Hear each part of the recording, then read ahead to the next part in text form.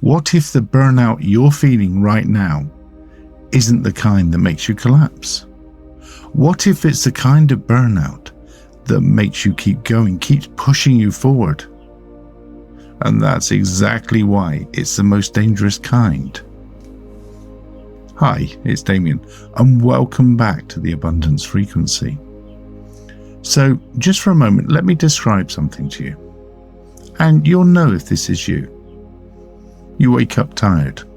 Not the kind of tired that sleep fixes, the kind of tired that's already there before you even open your eyes in the morning. You go through your day performing, not acting, performing. There's a difference. You are delivering results, you're hitting deadlines, you're leading meetings, and yet you're doing this all from a place of emptiness. But here's the thing. Absolutely no one sees it. Because you're still good at what you do. The work still gets done. The standard doesn't drop. And that is the trap. The very thing that makes you good at your job, your ability to keep going when you're depleted, is the thing that hides just how depleted you really are. This has a name. It's called quiet burnout. And it's the most dangerous kind because it doesn't look like burnout from the outside. It looks like high performance under pressure. You know, most people think burnout comes from doing too much. And you know, that's partly true. But there's something underneath that. Something that the standard burnout advice completely misses. If we read the books, the advice says take a holiday, set boundaries, practice self-care. And you've probably tried all of that. And maybe, just maybe, it helped for a day or two. And then you were right back where you started.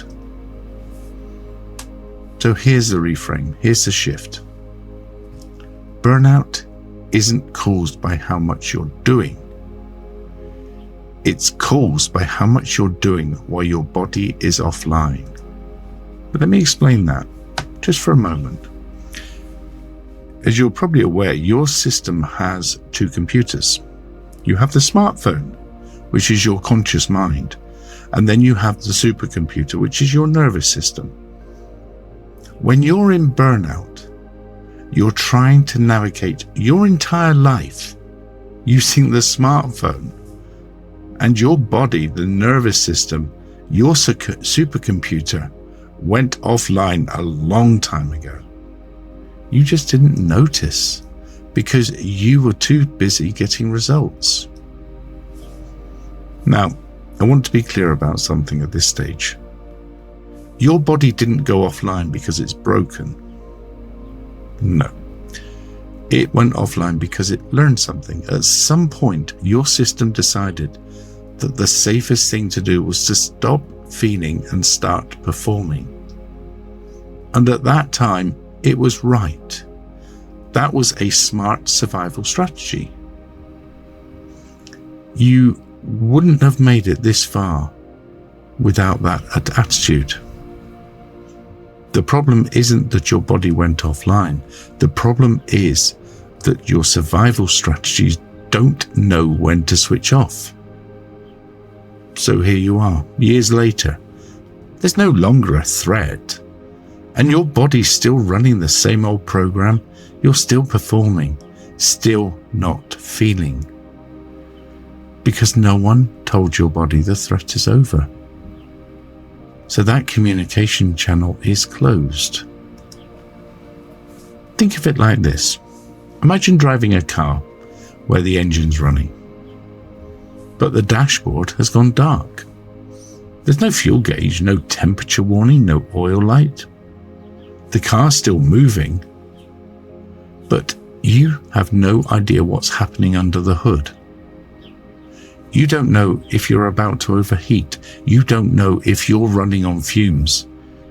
You just know you have to keep going because stopping isn't an option. That is quiet burnout. You're the car. The dashboard went dark months ago, and you've been driving ever since, relying entirely on willpower, power, and habit. Because the system that was supposed to tell you when to stop, when to slow down, when to change the gas, your body, your nervous system, well, that signal stopped communication years ago. So the question isn't, how do I push through this? The question is, how do I turn that dashboard back on?